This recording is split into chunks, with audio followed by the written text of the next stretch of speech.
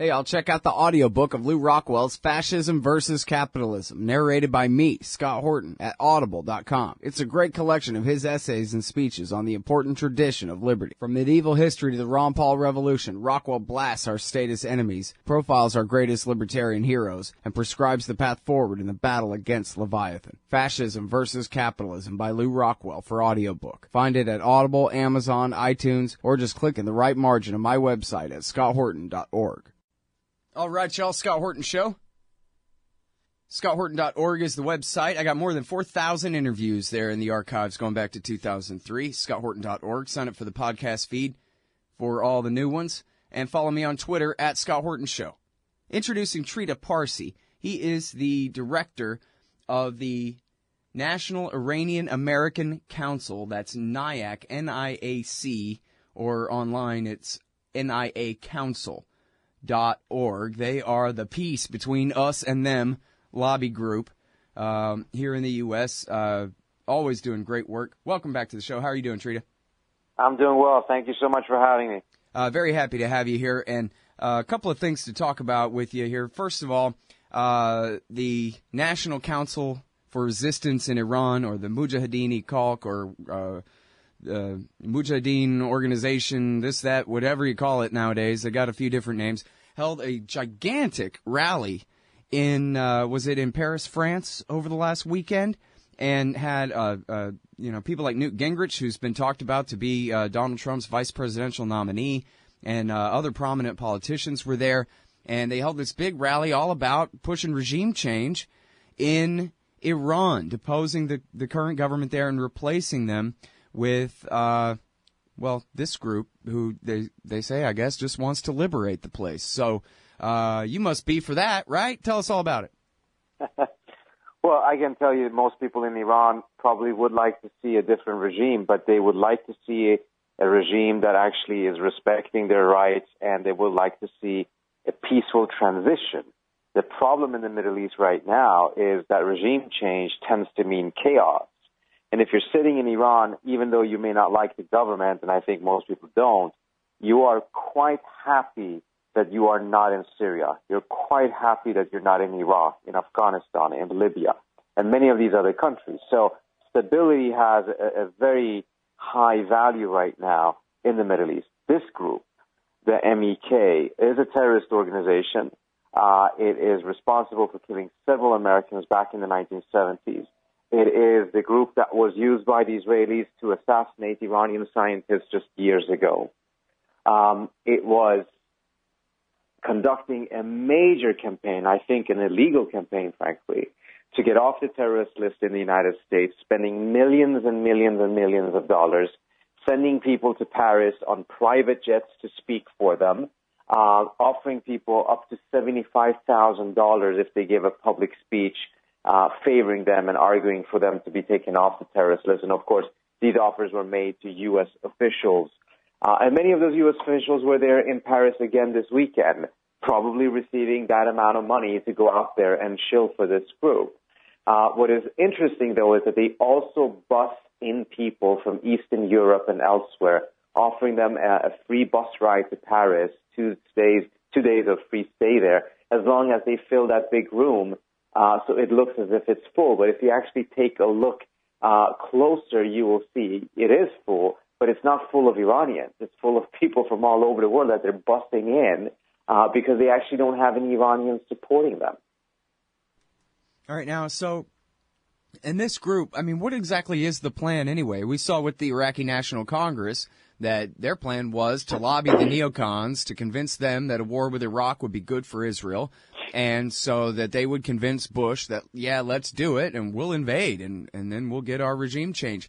But, I mean, even Bill Kristol doesn't want to actually invade Iran, right? So does MEK want the U.S. to invade Iran? Is that what they're trying to accomplish here? Or what do they want? The MEK has wanted the U.S. to go to war with Iran for a very long time, knowing very well it can never get to power in Iran on its own because he has absolutely zero public support inside the country.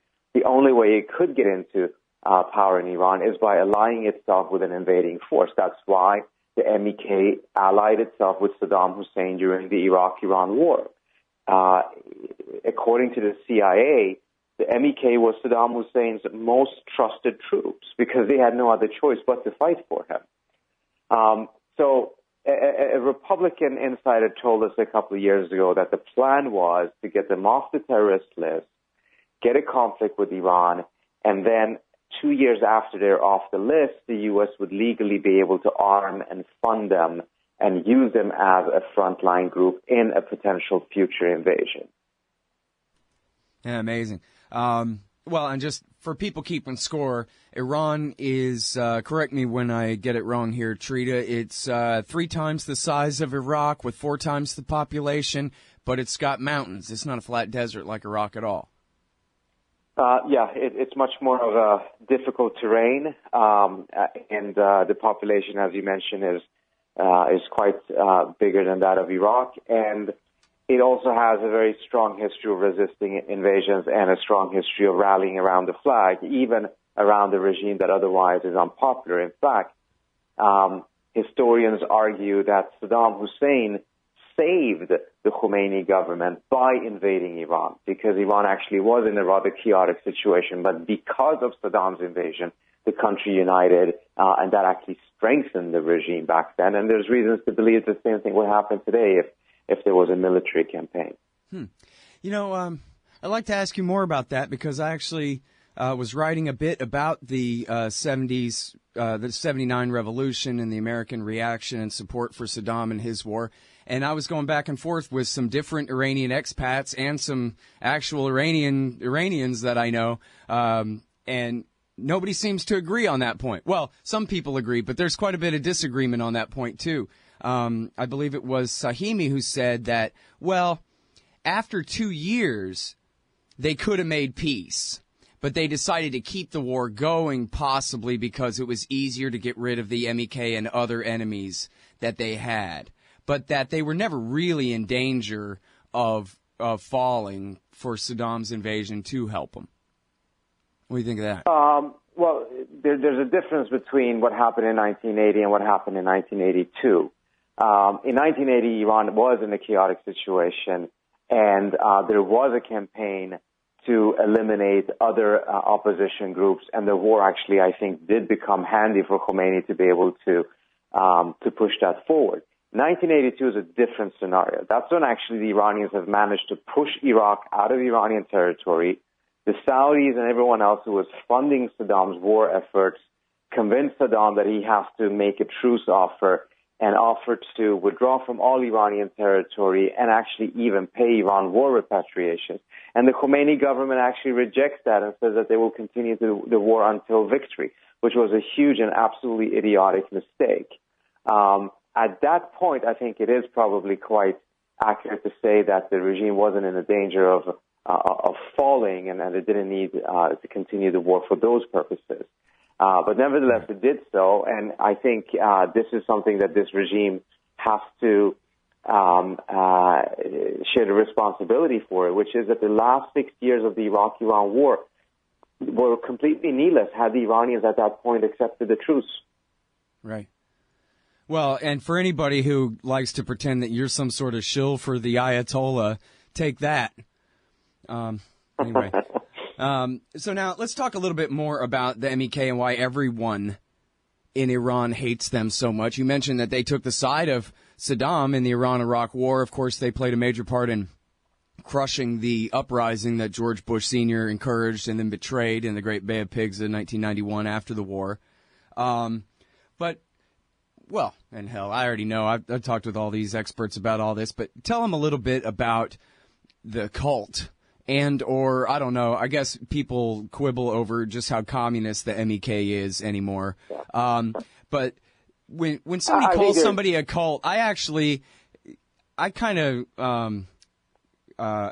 I'm really hesitant to use that word a lot of times because it's misused about religious groups that really aren't cults. Maybe they're a little bit fringe, but cult is a term that's used to demonize them, like what happened to the Branch Davidians. They were conflated with Jim Jones or Charles Manson or something, when really it was a different animal. And yet the MEK, I don't know, Trita. Well, first of all, I don't think there's any religious or even ideological flavor left in the group at this point. They're just aligning with anyone who is willing to pay them. So you cannot see religion or a communist ideology playing much of a role in their decision-making or in their actions at all at this point. In their origins, they were a leftist Marxist group back in the 1960s when they first got formed. And that was obviously, kind of fashionable back then. But at this point, there's hardly any shred of any ideological or religious tendency. So the reason why people call them a cult is because if you join them, you really cannot leave them. You have to flee. They have forced marriages and forced divorces. At one point, everyone had to divorce because everyone only were allowed to love their leader. And this is all well documented by Human Rights Watch and other human rights organizations. That's why they have earned the title of the cult. I don't think it has anything to do with any of their past religious orientations. The reason why they're so hated inside of Iran, there's a long list. First of all, this is the group that introduced suicide bombings in Iran. It did not exist before that. It's the first group that starts to use violence in their struggle against the Shah's regime back in the 1960s. And in the 1980s, they're the first ones who started using suicide bombings as a political tool. So once they lost the fight against Khomeini, and by the way, Khomeini was extremely brutal against them, so much of their violence is also a reaction to the violence of the Iranian regime. But nevertheless, once they lost that, they started fighting back by using suicide bombers, going to Friday prayers, etc., getting as close as possible to some Iranian officials, and then blowing themselves and 30, 40 other people up. This happened in the early 1980s. Then they go and side with Saddam Hussein, who you have to keep the historical context in mind. There's an Arab army invading Iran, mindful of what happened 1,400 years ago. That has a very strong, it's a very strong factor in this.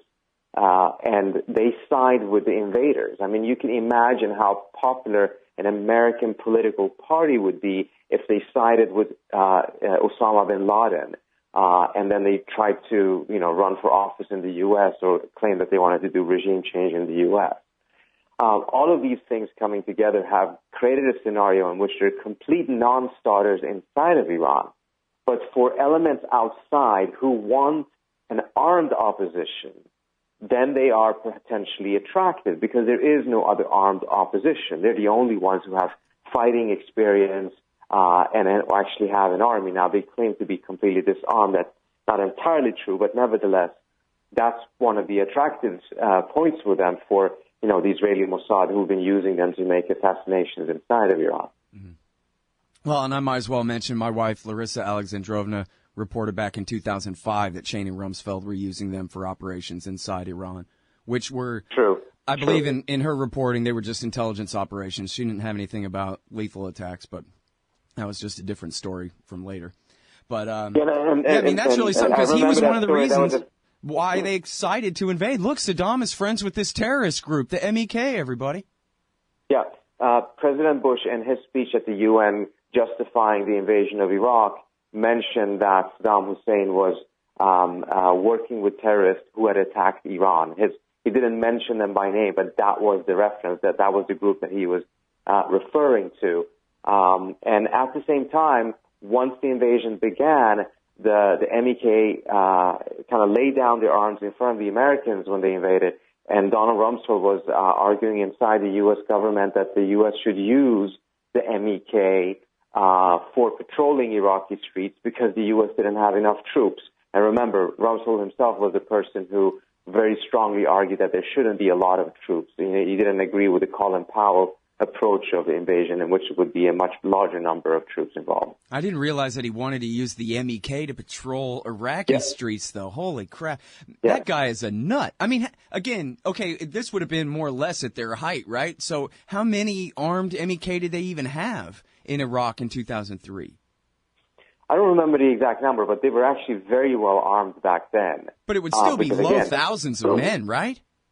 Probably no more than 10,000, I would say. So it wasn't a completely insignificant number. They were very battle-hardened because the Saddam regime had used them extensively to persecute Shiites in the south and Kurds in the north. Again, that's why the CIA called them the most loyal troops of Saddam Hussein. Incidentally, Condi Rice was the person inside the Bush administration who made the argument there is no such thing as a good terrorist and was kind of opposed to the idea that Rumsfeld was putting forward. Yeah. Well, and of course, the great peace offer of 2003 included Iran offering, hey, what if we gave you every al-Qaeda guy we've captured in exchange for the MEK? And the Americans told them to go to hell. And that even included one of bin Laden's sons. Yeah. And remember, it was a liability for the Iranians holding these al-Qaeda people. These al-Qaeda folks were fleeing Afghanistan into Iran, the long border. The Iranians snatched them. Now, they're faced with a dilemma. If they give them to the United States, then they would turn themselves into major targets of al-Qaeda. Until that point, al-Qaeda had very little ability to strike Iran inside the country. If they don't do so, they're sitting on them, not really knowing what to do. So what they wanted is that if they're going to take the risk of handing them over to the United States, they needed something in return from the U.S., but the U.S. was not willing to bargain at the time.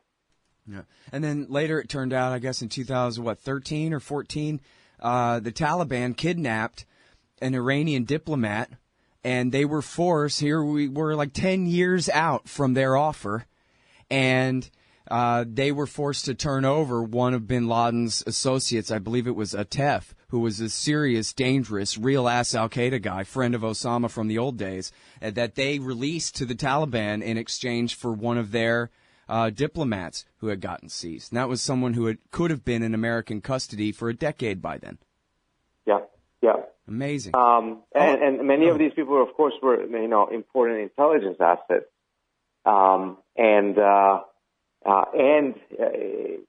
These were folks that were extremely hostile to Iran as well. I mean, they're al-Qaeda, they're Wahhabists, they hate the Shiites.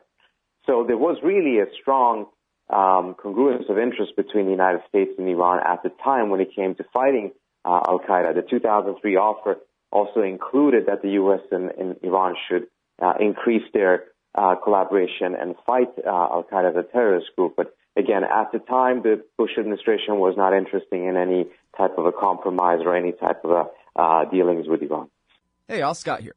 On average, how much do you think these interviews are worth to you? Of course, I've never charged for my archives in a dozen years of doing this, and I'm not about to start. But at patreon.com/Scott Horton Show, you can name your own price to help support and make sure there's still new interviews to give away. So what do you think? 2 bits? $1.50? There are usually about 80 interviews per month, I guess, so take that into account. You can also cap the amount you'd be willing to spend in case things get out of hand around here. That's patreon.com/Scott Horton Show. And thanks, y'all. Right. Yeah, everything was going their way, no problem. They didn't need any help from anybody. All right, now, so back to a second to the subject of the cult here. I had talked with Jeremiah Gulka, who had helped do the study for the Rand Corporation about, just basically to accentuate what you were saying there about where everyone had to get divorced all at once and this kind of thing, where he talked about how they get all their kids taken away, too. They could even call it, well, we're just taking your kid to France to be educated, but the point is your kid is now under their control. If you ever want to see him again, you better stay in line. And he even talked about how all the adults, they have to raise their hand for permission to speak as though they themselves are children. And then I guess the closest parallel that I can think of anyway. Can I just say one thing on that? Sure. The story of the children is absolutely true, and it's absolutely horrible. And oftentimes they were telling the children that your parents are dead, so the children wouldn't start looking for them, etc. You have a gentleman in Sweden right now, I believe he is in the Swedish parliament, who was one of these children. He's an Iranian. His parents were part of the MEK, so he was taken from his parents, put in another family in Sweden at the time of MEK members. I think he shifted through 8 different families before he managed to break off from this cult. And then he's now become a rather prominent politician, and he's been very, very outspoken against the MEK and clearly quite bitter about the horrible upbringing he had, having been forced to be separated from his parents and then grew up in various MEK families.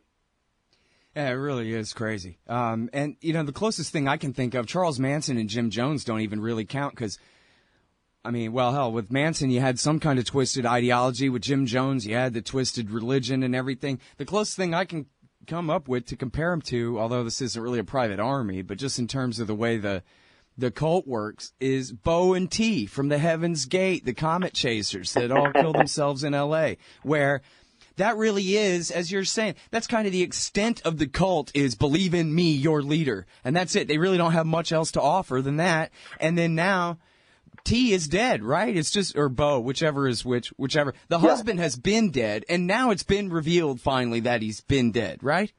And it's been revealed, and this is really fascinating, because the former head of the Saudi intelligence, a gentleman by the name of Prince Turki, who I happen to know, who also has been credited for being the creator of the Taliban back in the 1980s, he decides to give a speech at this Paris convention. This is the first time a major Saudi official is giving a speech there. It's something that is probably revealing that it was the Saudis, what many people suspected at the time. It was the Saudis that was funding this entire campaign by the MEK to get off the terrorist list, because the amount of money that they were throwing around was just obscene, and the question marks, where did they get the money? They clearly could not have raised that money from the Iranian American community because, A, they don't have support in the community, and B, even though the Iranian American community is quite wealthy, it is not that wealthy that it would be able to spend that type of money. So now the Saudi prince there is speaking, and he revealed that Masoud Rajavi, who was the original leader of the organization, is now deceased. Now, a lot of people suspected this, but the cult had always denied it. And at their conference, he reveals it. Maryam Rajavi, which is then Masoud's wife, seems kind of surprised that the prince is making that statement. Now, obviously, she knows he's dead, but she's kept it a secret in order to keep control of the cult. For the prince to say this has been interpreted by people who used to be with the MEK, that it was his way of saying, I completely own you right now, and I can do whatever I want with this organization. Yeah. You know, I was wondering about why he would, I mean, I'm sure the Iranians know full well that the Saudis bankroll this organization and all of that, but I wondered why Turkey would show his face and make it so obvious that you are the sock puppets of the Saudis, when doesn't that kind of undermine their whole thing that they're the quote-unquote legitimate democratic government of Iran? Well, they don't even have any pretenses any longer. I mean, they know very well that they're just a joke. So as long as someone is paying the bill Ed and making Rendell's sure into it, but yeah, I mean, and they get Howard Dean and Newt Gingrich and all these people to show up. That's good enough for them. What is interesting, though, is why this was done within the context of the Saudi-Iranian competition and almost open conflict right now in the Middle East. Mm-hmm. And there are elements within the Saudi government who does want to try to find some sort of diplomatic solution. The Iranians have sent a lot of diplomatic signals. The Iranians have also done some extremely idiotic and illegal things, such as attacking the Saudi embassy about a year or so ago. But nevertheless, there has been an effort to be able to see if they could reduce the tensions, because it is the Saudi-Iranian tensions that is one of the main driving forces of the Syrian war right now. Obviously, there's many, many factors involved in the Syrian war, but one thing that is fueling it is the Saudi-Iranian rivalry. Same thing in Yemen. And what this did is that it really, really threw cold water on any effort to do so, and really increased the temperature between the two countries. And indicates that those who actually would prefer a confrontation between Saudi Arabia and Iran, on the Saudi side, people in Saudi who would prefer a confrontation with Iran, have ability to push things in that direction. And they're doing so quite extensively right now. I'm personally very worried that once President Obama is out of office, because at the end of the day, he is someone who has done quite a lot to avoid getting entangled in that. But once he's out of office, the Saudis are going to make a major push to try to get the United States to get into this conflict and potentially even end up in an open conflict with Iran on behalf of the Saudis. Yeah. Well, you know, I mean, I think we probably even talked about this before, that, hey, look, all things being equal, the Iran deal is awesome. Here we're taking a nuclear program that's not a nuclear weapons program. It's already a safeguarded civilian electricity program, but now we're going to double extra super verify it beyond any reason, where even the Israelis will have to shut up and concede that there's not a weapons program here. It's all safeguarded to the nth degree. And so now we can begin some kind of rapprochement, hopefully. And I see you have here two articles, one in Foreign Affairs, the Iran deal worked. The other in the Washington Post, it's pointless to be the last country sanctioning Iran. And so, there's clearly a lot to celebrate. Talked with Barbara Slavin on the show the day before yesterday about just how well the implementation of the program has been on the Iranian side. You can talk about the sanctions a bit if you want. But my point is, Trita, all things are not equal. What happened was, even though we're securing the Saudis' interests by double extra securing the Iranian nuclear program more than ever before, it scared the hell out of them, because it means to them that they might be losing their place in America's order in the Middle East. And America might be beginning to take Trita Parsi's advice and want to, begin to get along with the Iranians. Well, there's a Saudi reaction to that, which is the crisis you were just describing. So now what do we do? Well, I personally think that it's important to make sure that the approach of the United States in the Middle East is going to be to find some sort of a balance, not to take Iran's side, not to take Saudi's side, but being able to be critical of negative things that both sides are doing, but also be able to make sure that we have greater stability there if opportunities to collaborate exist. I personally think that Saudi Arabia right now is a greater problem in the Middle East and in the world, frankly, because the Iranians have done a lot of bad things, but it is not the Iranians that are funding and promoting the ideology that is causing bombs to go off in Brussels, in Paris, in Indonesia, and that is turning the world of Sunni Islam into such a militant and radical world right now. That is something that the Saudis are doing with their Wahhabi philosophy and ideology, and I think it is something that is really destroying much of the Muslim world right now. And it's spreading to the West quite clearly. Things are happening in Orlando and in San Bernardino and other places as a result of this. And I think we have taken our eyes off the ball for quite some time when it comes to what the Saudis are doing. So to address the Saudi problem, I don't think is to take Iran's side. I think that is something that is absolutely needed. And part of the value of the Iran deal was that it actually would give the United States a greater maneuverability vis-a-vis the Saudis to make sure that a lot of these negative activities ended. Mm. Well, I don't know how much stock to put in it, but there was a piece I read last week about, I'm trying to remember the source.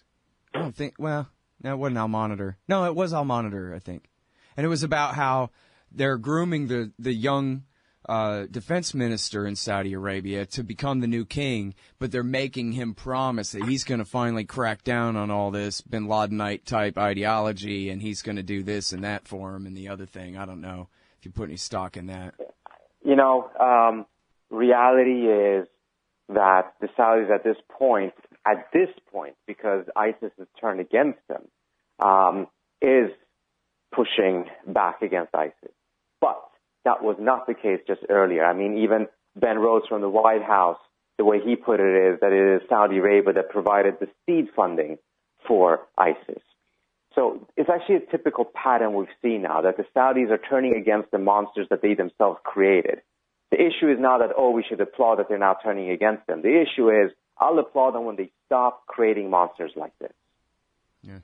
Well, and, it must drive you crazy, same as me, when you read in the New York Times that they just admit openly, they even talk about the internal discussions in the White House where they all agreed that helping the Saudis with their war against the Houthis could never work. It's just going to be a long, bloody, indeterminable conflict. But, hey, we got to do it as a sop to them because their feelings are hurt because we made a nuclear deal with the Iranians that ultimately protects them.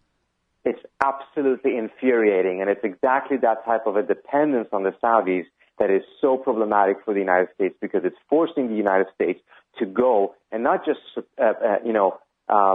protect, but actively support all of these mistakes that Saudi Arabia is committing right now. I mean, what's happening in Yemen is an absolute disaster. It was already such a poor place, had so many problems, and now they're destroying what little was left of it.